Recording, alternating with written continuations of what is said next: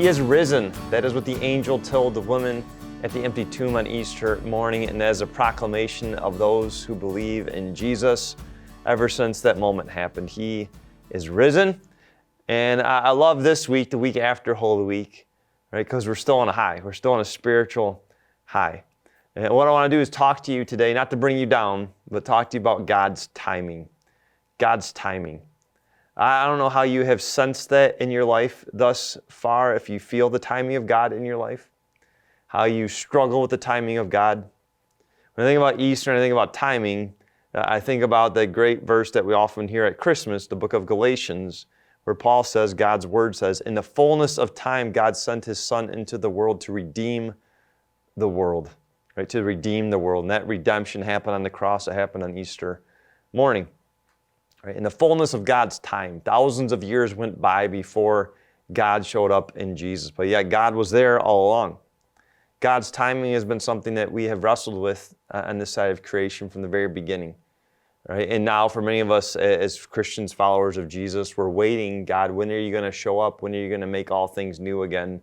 When are you going to zap us to heaven? Right? No more pain, no more suffering, no more sorrow. The second coming of Jesus, right? That's God's timing. But also when I think about God's timing, I think about how He shows up in our life and how He answers prayers. There's a prophet in the Old Testament, Habakkuk. I don't know if that's exactly how you pronounce his name. You can call it Habakkuk. Habakkuk. Chapter 3, though, 17 through 18, Habakkuk is wrestling with God's timing. He's not understanding why God hasn't shown up and brought His mercy and has shown that He has His people's back. He hasn't answered a prayer.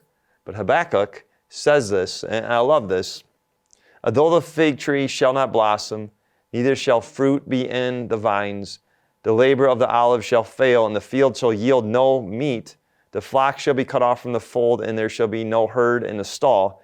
Yet I will rejoice in the Lord. I will take joy in the God of my salvation. The Lord is my strength, and He will make my feet like the hind's feet, the deer's feet, and He will make me to walk upon high places.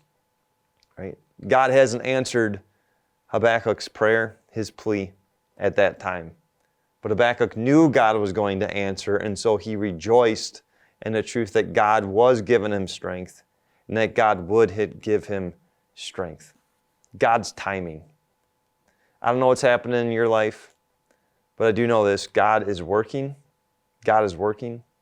Maybe it's not your life. Maybe it's the life of your neighbor, of a friend, or a family member that you're trying to be there for them, and you know that they're suffering, right? And you're praying that God shows up, but you know they're struggling with God's timing. And so maybe this is a message that you need to give to them. God is working. God will show up.